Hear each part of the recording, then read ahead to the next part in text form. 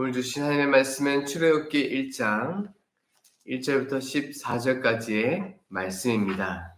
야곱과 함께 각각 자기 가족을 데리고 애굽에 이른 이스라엘 아들들의 이름은 이러하니 루벤과 시므온과 레위와 유다와 이사갈과 스불론과 베냐민과 단과 납달리와 갓과 아세리요 야곱의 허리에서 나온 사람이 모두 70이요 요셉은 애굽에 있었더라. 요셉과 그의 모든 형제와 그 시대의 사람은 다 죽었고 이스라엘 자손은 생육하고 불어나 번성하고 매우 강하여 온 땅에 가득하게 되었더라. 요셉을 알지 못하는 새 왕이 일어나 애굽을 다스리더니 그가 그 백성에게 이르되 이 백성 이스라엘 자손이 우리보다 많고 강하도다. 자, 우리가 그들에게 대하여 지혜롭게 하자. 두렵건대 그들이 더 많게 되면 전쟁이 일어날 때에 우리 대적과 합하여 우리와 싸우고 이 땅에서 나갈까 하노라 하고 감독들을 그들 위에 세우고 그들에게 무거운 짐을 지워 괴롭게 하여 그들에게 바로를 위하여 국고성과 비돔과 라암셋을 건축하게 하니라. 그러나 학대를 받을수록 더욱 번성하여 퍼져나가니 애굽 사람이 이스라엘 자손으로 말미암아 근심하여 이스라엘 자손에게 이를 엄하게 시켜 어려운 노동으로 그들의 생활을 괴롭게 하니 곧 흙 이기기와 벽돌 굽기와 농사의 여러 가지 일이라. 그 시키는 일이 모두 엄하였더라. 아멘. 하나님을 확신합시다 라는 제목으로 말씀을 전할 때 우리 모두에게 은혜가 가득할 수 있기를 원합니다. 생육하고 번성하라, 이 말씀 여러분 다 기억하시죠? 하나님께서 인간을 창조하시고 이렇게 말씀하였습니다. 생육하고 번성하라. 노아에게도 동일하게 말씀하였습니다. 노아와 언약을 맺어주시면서 너의 후손이 이제 생육하고 번성할 거다라고 말씀하였습니다.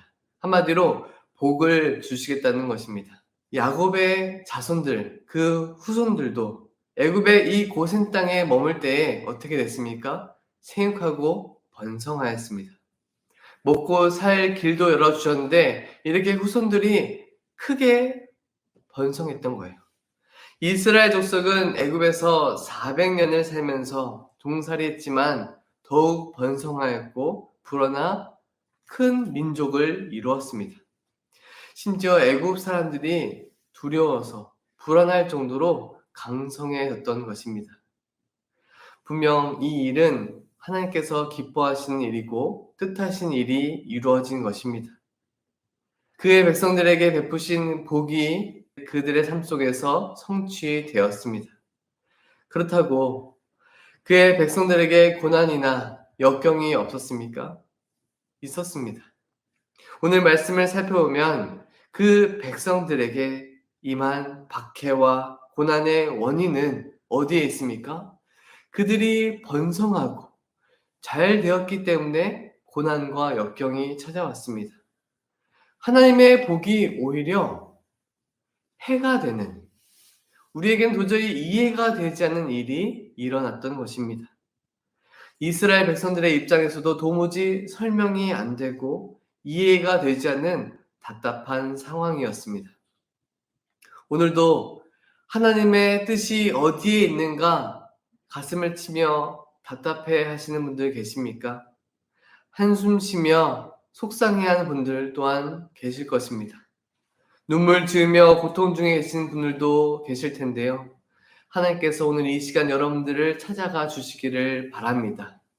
여러분도 하나님께서 여러분과 맺어주신 그 언약을 기억하며 지금 이 순간을 견디시고 승리하시기를 바랍니다. 오늘 이 말씀이 힘이 되고 위로가 되며 나를 향한 하나님의 뜻이 밝히 보이는, 발견되는 시간 되시기를 축원합니다. 오늘 본문에 나타난 두 가지의 모습이 대조를 이루고 있어요. 하나는 번성이고 다른 하나는 박해입니다. 이 모든 것이 이스라엘 백성들이 겪었던 일이에요. 번성과 박해. 이 말씀을 곰곰이 묵상해 보았습니다. 그런데 이 두 가지가 대조되고 있지만 한 가지로 귀결되는 것 같습니다. 이 두 가지 모두 하나님을 기억하고 하나님을 찾게 되는 도구가 된다는 것입니다. 내 삶이 풍요롭고 번성할 때나 아닐 때나, 어려움을 당할 때나 평안할 때나 우리 하나님은 언제나 우리와 함께 하십니다. 우리는 하나님을 그래서 확신해야 합니다. 오늘 본문을 근거로 세 가지를 살펴볼 텐데요. 무엇에 대해서 우리가 확신을 해야 될까? 우리가 이 말씀을 기억하면서 늘 주님과 동행하고 확신 가운데, 믿음 가운데 살아가시기를 축복합니다. 첫 번째는 하나님의 약속을 확신해야 합니다. 여러분, 하나님의 언약을 생각하면 기억나는 인물이 계십니까? 하나님의 언약, 아브라함입니다. 아브라함은 그의 아들에게도 하나님의 그 받은 언약을 전수했어요. 그의 아들은 이삭입니다. 이삭은 아버지 아브라함이 하나님과 맺은 그 언약을 날마다 이야기해주고 너에게도 그 언약이 이루어질 것이다. 너에게도 해당되는 말씀이다 라고 이야기했을 것입니다. 그 이야기를 받은, 그 언약을 받은 이삭은 또 자신의 아들 야곱에게 그 언약을 전수했습니다. 대를 이은 전수입니다. 한번 볼까요? 창세기 28장 3절과 4절 말씀 제가 읽어드리겠습니다. 전능하신 하나님이 내게 복을 주시어 내가 생육하고 번성하게 하여 내가 여러 족속을 이루게 하시고 아브라함에게 허락하신 복을 내게 주시되 너와 함께 내 자손에게도 주사 하나님이 아브라함에게 주신 땅 곧 내가 거류한 땅을 내가 차지하게 하시기를 원하노라. 우리는 이 언약이 어떻게 성취되었는지를 성경 전체 속에서 볼 수 있기 때문에 알 수 있습니다. 이스라엘 백성들이 이 언약이 성취되어 가나안 땅, 약속의 땅에 들어갔습니다. 그 약속의 땅을 유산으로, 기업으로 상속받았습니다.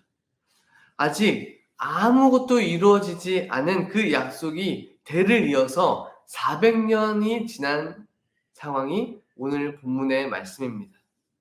그 후손들에게 이 언약이 무슨 소용이고 무슨 의미이겠습니까? 지금 당장 먹고 살 일이 힘들고 바로 왕이 자신들을 괴롭히는 이 순간에 그 언약이 밥 먹여주냐? 이런 생각을 했을 것 같습니다. 6절과 7절 말씀 보겠습니다. 요셉과 그의 모든 형제와 그 시대의 사람은 다 죽었고 이스라엘 자손은 생육하고 불어나 번성하고 매우 강하여 온 땅에 가득하게 되었더라. 야곱의 12아들, 12지파의 모든 선조들은 다 죽었습니다. 그러나 그의 후손들은 생육하고 번성하여 강해졌습니다. 하나님께서 아브라함과 이삭과 야곱에게 맺으신 그 언약대로 성취가 된 것이죠.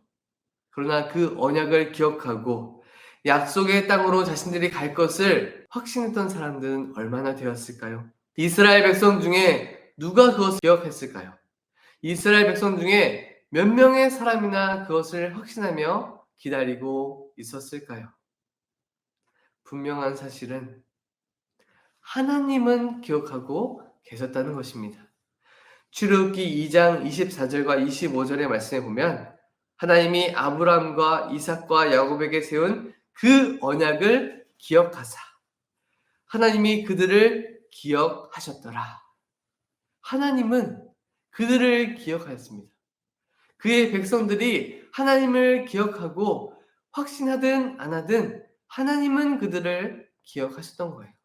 사랑하는 여러분, 하나님께서는 여러분들을 기억하고 계십니다. 그의 백성들을 위해 창세전에 세우신 그 약속, 언약을 기억하시고 반드시 이루십니다. 그 확신을 가지시고 믿음 가운데 살아가시기를 축복합니다. 여러분, 출애굽기가 시작할 때 무엇부터 나옵니까? 족보가 나옵니다. 한번 볼까요? 2절부터 5절입니다. 르우벤과 시몬과 레위와 유다와 이사갈과 스불론과 베냐민과 단과 납달리와 갓과 아세리요 야곱의 허리에서 나온 사람이 모두 70이요 요셉은 애굽에 있었더라. 여러분, 출애굽기를 기록한 사람이 누구입니까? 모세입니다. 모세. 이 글을 이 출애굽기 말씀을 받은 사람은 누구예요? 이스라엘 백성들입니다. 출애굽한 이스라엘 백성. 정확하게는 광야 시절에 태어난 이스라엘 백성들이었습니다. 광야 2세대. 모세는 그 광야 2세대 백성들에게 무엇을 남기고 싶었을까요? 그들이 무엇을 기억하면 좋을까라고 생각하며 이 말씀을 기록했을까요? 바로 하나님의 약속을 확신하는 것이었습니다. 사랑하는 여러분, 아브라함과 맺어주신 언약이 나와 상관이 있는지 없는지 불안하십니까? 믿음으로 다시 태어난 성도는 영적 아브라함의 자손이 되어 동일한 언약의 백성이 됩니다. 예수님을 믿는 성도는 이 아브라함과 맺으신 언약이 우리에게도 동일하게 성취된다는 것을 확신하고 믿어야 합니다. 성도는 이 땅에서 생육하고 번성할 뿐만 아니라 주님 안에서 아브라함의 복이 나에게도 임하고 나를 통하여서 이방인에게도 전해질 수 있도록 통로로 부름받았습니다. 하나님의 약속을 확신하며 믿음으로 살아가는 우리 모두가 될 수 있기를 바라고 축원합니다. 두 번째로 우리가 기억할 것은 하나님의 선하심을 확신해야 한다는 것입니다.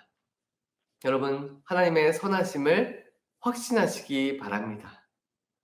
하나님의 언약이 성취되어 이스라엘 자손들이 생육하고 번성하는 일이 여러분 도리어 해가 되었다라고 말씀드렸죠. 이 일이 어떻게 된 것입니까? 세월이 흘러서 총리였던 요셉을 모르는 새로운 왕이 등장했습니다. 너무나 많은 세월, 400년이나 흘렀기에 그 옛날 사람은 기억 못할 수도 있겠죠.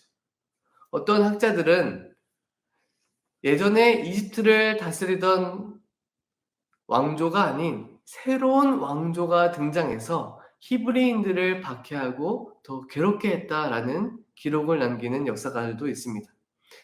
이것들은 차치하고서라도 중요한 점은 요셉과 이스라엘 백성들에 대한 것은 전혀 모르고 있다. 그리고 모를 뿐만 아니라 이스라엘 백성들에게 호의적이지 않고 적대적이었다는 것입니다. 8절 말씀 보겠습니다.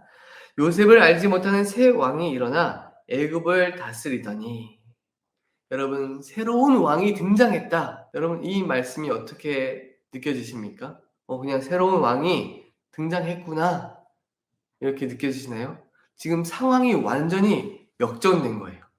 400년 전만 해도 요셉이 총리였고 왕과 그 신하들과 애굽의 백성들은 이스라엘 사람들에게 호의적이었어요. 그러나 지금 새로운 왕이 등장하면서 상황이 완전히 180도 바뀌게 되었습니다. 엄청난 가뭄에 죽어가던 야곱 가족을 애굽에서 건져내서 구원하셨죠. 하나님께서 이스라엘 족속을 애굽 땅으로 보내셨습니다. 그곳에서 생육하고 번성하고 강하게 하셨어요. 분명 복을 내리셨습니다. 그런데 받은 복이 지금 도리어 박해로 이어졌다는 것입니다. 하나님께서 우리를 미워하시나? 이런 의심도 들 것 같습니다. 하나님은 선한 분이 맞으신가? 이런 생각이 들 수도 있어요. 지금 새로운 왕이 등장해서 뭐라고 말합니까? 9절과 10절입니다. 그가 그 백성에게 이르되 이 백성 이스라엘 자손이 우리보다 많고 강하도다. 자, 우리가 그들에게 대하여 지혜롭게 하자. 두렵건대 그들이 더 많게 되면 전쟁이 일어날 때에 우리 대적과 합하여 우리와 싸우고 우리 이 땅에서 나갈까 하노라 하고. 지금 왕의 감정은 어떻습니까? 불안합니다. 두려워해요. 그리고 이스라엘 백성들을 의심합니다. 여러분 지금 왕이 뭐라고 말합니까? 우리 지혜롭게 하자. 한번 생각해봐. 합리적으로 의심해보자. 아직 아무런 증거도 없고 근거도 없으면서 한번 생각해봐. 얘들이 이렇게 많지? 언젠가 우리나라를 전복시키는 거 아니야? 다른 대적과 힘을 합쳐서 이 애굽을 무너뜨리는 거 아니야? 그럴 수 있지 않겠어? 라고 말하면서 적대적으로 대하고 있습니다. 분명한 사실은 바로 왕은 이스라엘이 생육하고 번성하는 것을 불안해하고 두려워했다는 것입니다. 그리고 그 일을 막으려고 했어요. 여러분, 한 민족을 박해하고 그들이 번성한 것을 막는 일은 인간적인 일 같지만 사실 이 일은 하나님의 뜻과 계획을 막으려는 범죄 행위였다는 것을 우리는 알아야 합니다. 여러분, 하나님은 어떠한 분이십니까? 한번 정한 것은 반드시 이루시는 신실하고 선하신 하나님이십니다. 그 하나님께서 이스라엘과 맺으신 그 언약 처리하실까요? 아니요. 반드시 이루십니다. 그 사실을 모르는 바로 왕은 모든 힘을 동원해서 하나님의 일을 막으려고 하고 있습니다. 그는 고집을 꺾지 않고 악을 행하는 사람입니다. 그런 점에서 이스라엘 백성들의 상황과 환경은 너무나 절망적이죠. 더 악화될 것입니다. 왜냐하면 하나님의 선한 계획이 이루어질 때 발버둥치는 악인의 역사가 있고 사탄의 방해가 있기 때문에 그렇습니다. 그래서 그들의 발버둥은 절정에 이르게 됩니다. 사랑하는 여러분, 그렇다고 절대로 절망하시지 마시기 바랍니다. 하나님은 선하십니다. God is so good. 하나님은 선하신 분이십니다. 선하신 하나님께서 세우신 계획은 반드시 성취됩니다. 그때 사탄과 악인들은 발버둥 칠 거예요. 상황과 환경은 절망적이고 더 악화될 수도 있습니다. 그러나 결국 예수님의 승리만이 마지막 때에 우리 눈에 밝히 보이고 우리의 것이 될 것입니다. 하나님의 선하심을 확신하며 믿음의 선한 삶을 잘 감당하는 저와 여러분 되시기를 바라고 축원합니다. 마지막으로 무엇을 확신해야 될까요? 하나님의 보호하심을 확신해야 합니다. 하나님의 보호하심을 여러분 확신하시기 바랍니다. 제가 조금 전에 두 가지의 확신에 대해서 말씀드렸어요. 첫 번째는 하나님의 약속이었고 다른 하나는 하나님의 선하심이었습니다. 약속과 선하심. 이것을 확신하지 못하면 두 가지 중에 하나라도 흔들리면 하나님의 보호하심을 신뢰할 수 없고 믿을 수가 없습니다. 이 세 가지는 연결되어 있어요. 12절에 보면요. 하나님의 약속이 계속해서 이루어지고 있다는 것을 우리는 발견하게 됩니다. 그러나 학대를 받을수록 더욱 번성하여 퍼져 나가니 애굽 사람이 이스라엘 자손으로 말미암아 근심하였다라고 말씀합니다. 여러분, 기독교도 로마 시대 때 얼마나 박해가 심했습니까? 그럴수록 더욱 번성하였습니다. 가톨릭에게 개혁 성도들이, 개신교 성도들이 얼마나 박해를 당했습니까? 그때 더욱 번성하였습니다. 지금 바로 왕과 애굽 사람들이 근심했습니다. 그들을 더욱 박해하면 박해할수록 줄어들어야 되는데 더욱 번성하는 것을 보면서 답답했습니다.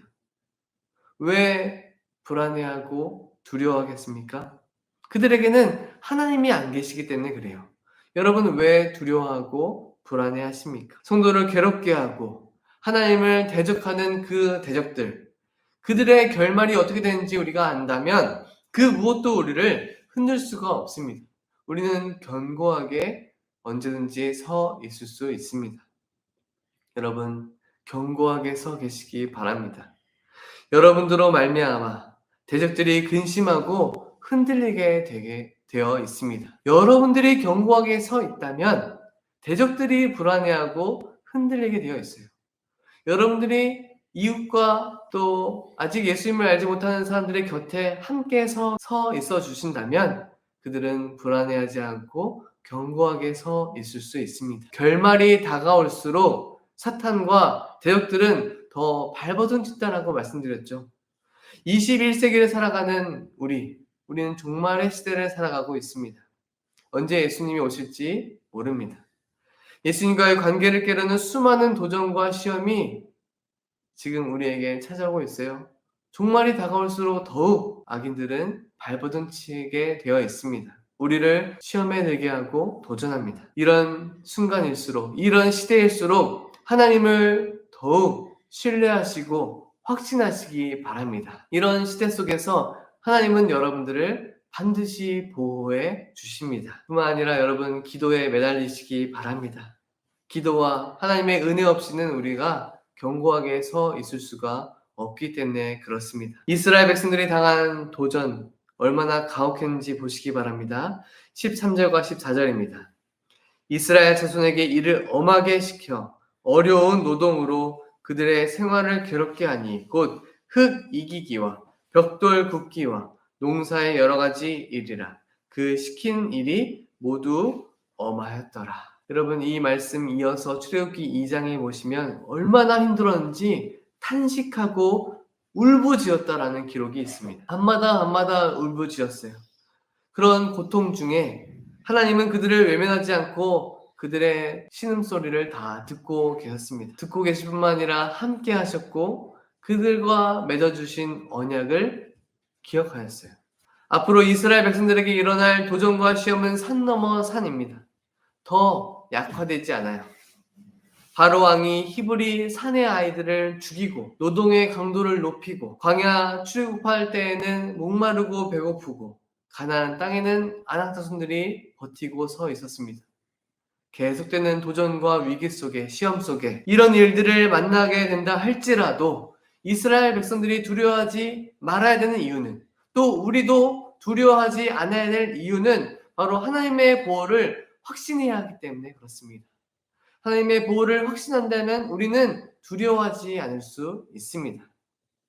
하나님께서 모세의 빈자리에 걱정하고 염려했던 그 사람 여호수아를 찾아가서 무엇이라 말씀하였습니까? 어떻게 격려하였습니까? 여호수아 1장 9절에 내가 내게 명령한 것이 아니냐 강하고 담대하라 두려워하지 말며 놀라지 말라 내가 어디로 가든지 내 하나님 여호와가 너와 함께 하느니라 하시니라. 내가 어디로 가든지 나는 너와 함께 할 거야. 함께 한다는 것은 보호해 주신다는 거죠. 그래서 지금 겪고 있는 어떤 일로 인하여서 잠시 슬퍼하고 힘들어할 수 있지만 우리는 어떻게 반응해야 되겠습니까? 무엇을 의지하고 기대해야 될까요?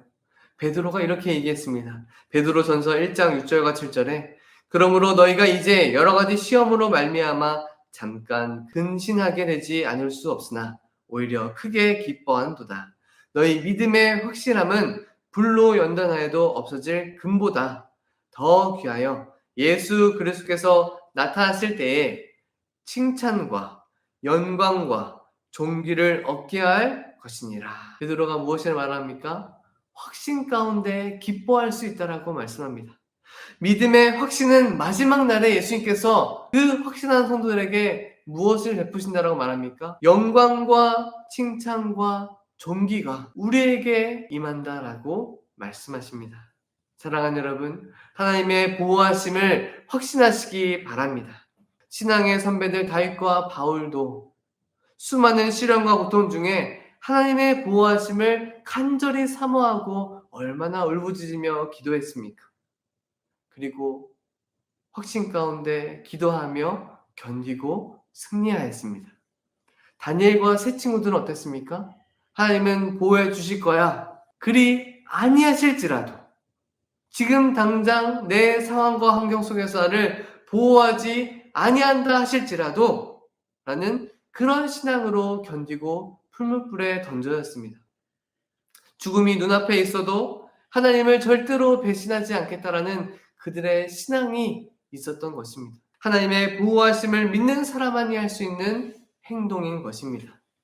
말씀을 맺겠습니다. 그래서 어떤 분들은 이런 말씀을 읽고 이런 이야기들을 종종 하세요. 고난이 축복이다. 어떠한 의도로 어떠한 의미로 하는지는 알겠습니다. 그러나 고난당하는 분들에게는 주의해서 말해야 될 것 같아요. 왜냐하면 하나님과 그 고난당하는 성도 또 고난당하는 분 두 분 사이에서만이 그 고난이 해석이 되고 하나님의 때에 해결이 되고 하나님의 방법으로 해소되기 때문에 그렇습니다. 내가 믿음으로 살아봤더니 하나님께서는 이렇게 해주셔. 그것이 다른 사람에게는 적용이 안 될 수도 있다는 거예요. 고난 중에 하나님의 뜻을 찾게 되니, 하나님을 만나게 되니 하나님을 더욱 알게 되고 확신하게 되는 것이죠. 이스라엘에게 임한 고난은 하나님을 찾는 도구가 되었습니다. 반면 번성도 하나님을 찾는 도구가 될 수 있습니다. 하나님께서 주신 물질을 계속 흘려보내는 한 장로님을 저는 기억하고 있습니다. 고개가 절로 숙여지는 장로님이세요. 자신이 받은 모든 물질이 하나님께로부터 왔고 그 물질을 하나님께서 기뻐하시는 곳으로 흘려보내기를 늘 힘쓰는 분이십니다. 어떻게 사용하는 것이 하나님을 기쁘시게 하는 것일까? 하나님을 기억하고 하나님을 찾게 되는 것, 받은 물질을 어떻게 사용할 수 있을까라고 고민하는 사람에게 이 번성도 하나님을 찾는 도구가 되는 것입니다. 사랑하는 여러분, 바로 왕에게 박해받는 것이 이스라엘 백성들에게는 불행으로 다가왔을지 모릅니다. 사실 이것은 하나님을 기억하고 찾게 되는 기회였습니다. 그들 안에서 여전히 살아서 역사하시는 하나님을 알게 되는 진정한 영적 번성이었습니다. 오늘 이 시간에도 하나님을 기억하고 하나님을 만나게 되는 은혜가 저와 여러분들의 삶 속에도 가득하시기를 원하고, 혹 어려움과 근심과 염려 속에서 물질의 어려움과 건강의 어려움으로 고난 중에 계신 분들 있다면 이 시간 하나님께서 찾아가 주셔서 어루만져 주시고 회복시켜 주시고 승리할 수 있도록 도와주실 것을 축원합니다.